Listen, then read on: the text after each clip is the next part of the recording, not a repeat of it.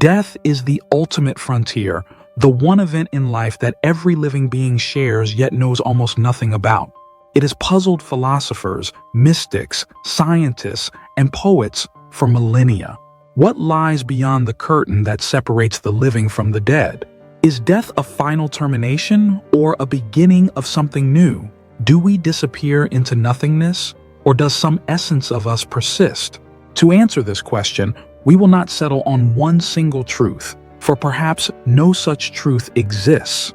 Instead, let us dive into different philosophical perspectives: metaphysical, existential, spiritual, and scientific. Each offers its own interpretation of what happens when we die, reflecting the hopes, fears, and mysteries of humanity. We begin with the physical. Science tells us that death occurs when the body ceases to function. The heart stops beating, the lungs no longer draw breath, and the brain's electrical signals go silent. On a purely biological level, death is the shutting down of the complex machinery that keeps us alive. From dust, we came, and to dust, we return. A biological fact that has remained unchanged across time. But to think of death only in terms of biology feels incomplete.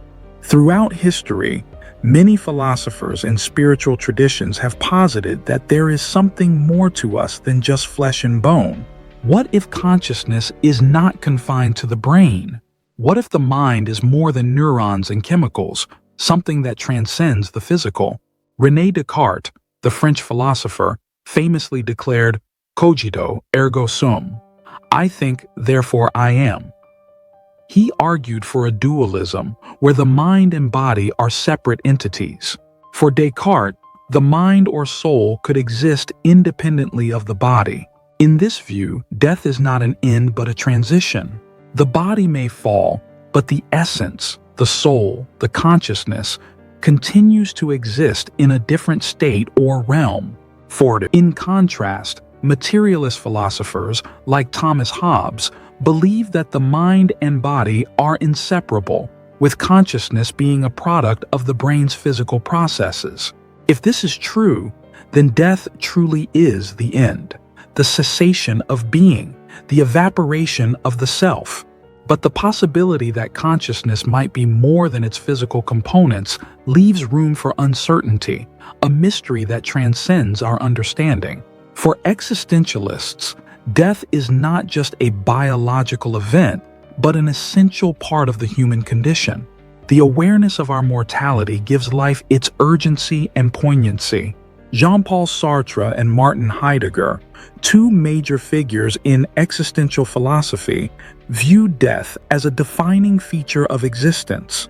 Sartre suggested that death is the possibility of impossibility, a horizon that limits our potential and forces us to confront our choices. Heidegger referred to death as a being towards death, a looming certainty that defines our existence. For Heidegger, to live authentically is to live with an awareness of our mortality, to face the inevitability of death without denial or avoidance. This confrontation with mortality leads to an important question. If we are destined to die, what is the meaning of life? Existentialists argue that meaning is not something given to us by an external force, but something we must create for ourselves. In the face of death's finality, life gains significance through our freedom to choose, to act, and to create. It is the very impermanence of life that compels us to make it meaningful. The ancient Stoics had a similar perspective. They believed that contemplating death regularly could lead to a more virtuous and serene life. By acknowledging that we are mortal, we are freed from the trivial anxieties that dominate our daily existence. Death to them was not to be feared, but accepted as a natural part of the human experience. While some philosophies see death as a termination, others see it as a beginning. Most religions posit that death is not the end of existence, but a transition to another state of being. In Christianity, Islam, and Judaism, the soul is often seen as immortal, surviving the physical death of the body to face judgment, reincarnation, or an eternal life. What if consciousness does not fade, but continues to exist in another form or realm. Hinduism and Buddhism offer the concept of reincarnation, a cycle of birth, death, and rebirth. In Hindu thought, the Atman, or soul, transcends the physical form and moves from one life to another, shaped by karma. Buddhism takes a slightly different approach, suggesting that what is reborn is not a fixed soul, but a continuity of consciousness influenced by past actions. Some philosophers, like the 19th century thinker Arthur Schopenhauer, believe that while the individual self may die, the underlying force of the universe, the will, continues eternally. These ideas suggest that the self, or what we think of as I, may not be confined to this single lifetime or to a single form. Death, in this sense, could be a doorway, not to oblivion, but to transformation, a metamorphosis that moves us closer to some ultimate truth. Death also raises profound ethical and moral questions. Many religious and spiritual philosophies offer guidelines for ethical behavior with the promise of reward or punishment after death. The idea of an eternal afterlife, heaven, or hell serves as a moral compass for countless individuals, guiding actions toward what is considered good or virtuous. For those who believe in reincarnation, morality is about learning and evolving. Each lifetime offers lessons, opportunities to correct past mistakes, and a chance to achieve enlightenment or moksha, liberation from the cycle of birth and rebirth. In these philosophies, death is not something to fear, but a step on the journey toward wisdom. But what of those who see death as the end? If there is no afterlife, does morality lose its meaning? On the contrary, atheists and secular humanists often argue that recognizing the finality of death makes ethics even more urgent. In the absence of an afterlife, each act of kindness, love, and compassion becomes its own reward, and every moment becomes precious, not because it will be judged, but because it is fleeting and unique. Looking at death from a cosmic perspective, we see it as part of the grand cycle of the universe.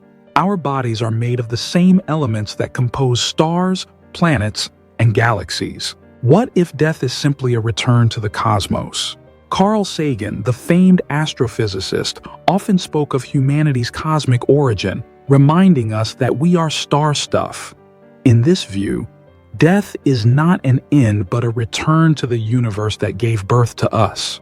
Our atoms, our essence, will be recycled, becoming part of the earth, the oceans, the atmosphere, and even other living beings. This cosmic view does not offer a personal afterlife or the continuation of an individual soul. Instead, it offers a sense of belonging to the larger universe, a perspective that diminishes the self and sees us as part of something far greater. In this sense, death is not a tragedy, but a homecoming, a re-immersion into the vastness of existence. So, what happens when you die? Perhaps the most honest answer is, we do not know. The mystery of death is, in many ways, the mystery of life itself. Our attempts to understand death are reflections of our attempts to understand who we are and what it means to exist. It is a question that invites us to live deeply, to seek meaning in a world that offers no guarantees. In the face of this uncertainty, we can find peace. We do not have to fear death if we embrace it as part of the natural order. We do not have to search for answers if we can learn to live with the questions. Whether we believe in an afterlife, a cosmic return, or nothing at all, the fact remains, the reality of death makes life all the more precious. In this sense, death is not merely an end, but a profound part of the human experience, a mystery that enriches our journey, a question that leads us back to life, and an invitation to live with greater courage, wonder, and love.